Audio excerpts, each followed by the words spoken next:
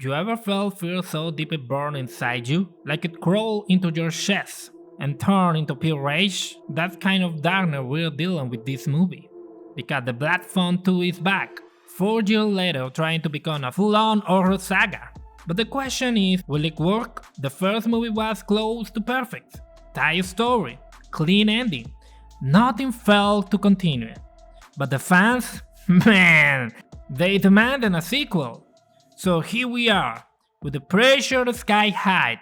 Let's break it down. The good, the bad, and the future of the Black Phone franchise. The good. The story picked up a few years after the first movie. Finney is still haunted by what happened. He knows that the kid who killed the grabber, and that comes with a price. He fights a lot, not just school fights. Oh no. It's like he doesn't stop until he sees blood on his hands. Meanwhile, Gwen having vision again, but this time she is seeing the grabber's first victims. We find out their souls are trapped in hell. If that's what keeps the grabber alive, that's wild, by the way. That's when the movie turns spiritual. It's not just horror, it's redemption. We learn that the grabber feeds off those souls, keeping himself alive between worlds. Some fans thinking he collects enough, he can rise from like albino, a cursed place that connects the living and the damned. And that's where Gwen Vision leads, a journey through a guilt, faith, and forgiveness. Each step she takes brings her closer to the truth and closer to her brother's salvation. You can feel how much the Black Phone 2 honor classic horror. Freddy Krueger, Friday the 13th, all while keeping its own identity. It's brutal, raw, but still grounded. Because here the victims aren't grown up playing teenagers. No, they are real kids. We are talking about 13 to 15 caught in a nightmare no one should face. Yet, beyond all the scares, this movie hides a message. One about pain and healing. It says no matter how broken you are, you can still choose to fight. That's the only way to silence your demons. The film even dives into the idea of heaven and hell, not as a place, but as a state of the soul. Hell is just the accent of life, the accent of God, where your own sins eat away at you forever. And that moment when Gwen prays, "Oh death, where is your victory?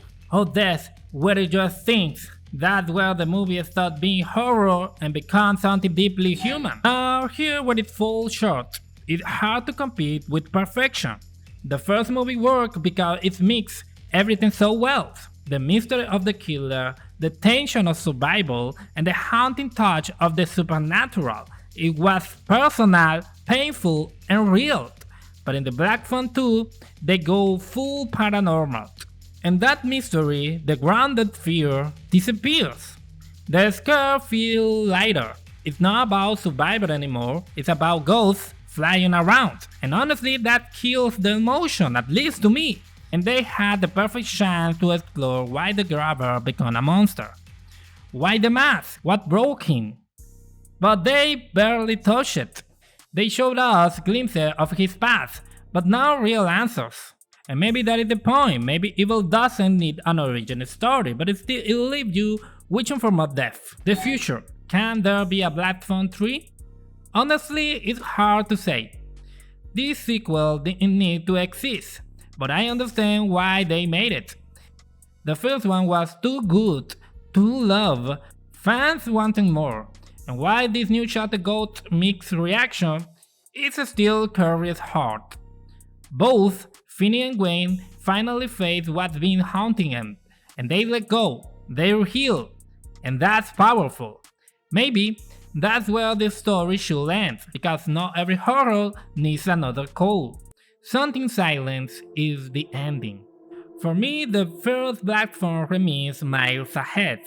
This sequel has some beautiful ideas, but weaker execution. A smaller cast, fewer stakes, even the Friday the 13th tribute feels under-reused. Still, it's not a bad film, it's just not the masterpiece we hoped for. I give it a solid 6 out of 10. Good for a chill Sunday night. Maybe later on Max, you won't regret watching it, but you won't lose a sleep over it either. So, now I gotta ask, what about you? Do you think the Black Phone 2 deserve a sequel? Or should they have left it alone? Drop your thought below. And stick around up next, we're talking Tron 3, another movie that is sparking huge debate. Because remember, something feels bred you, and something is for you.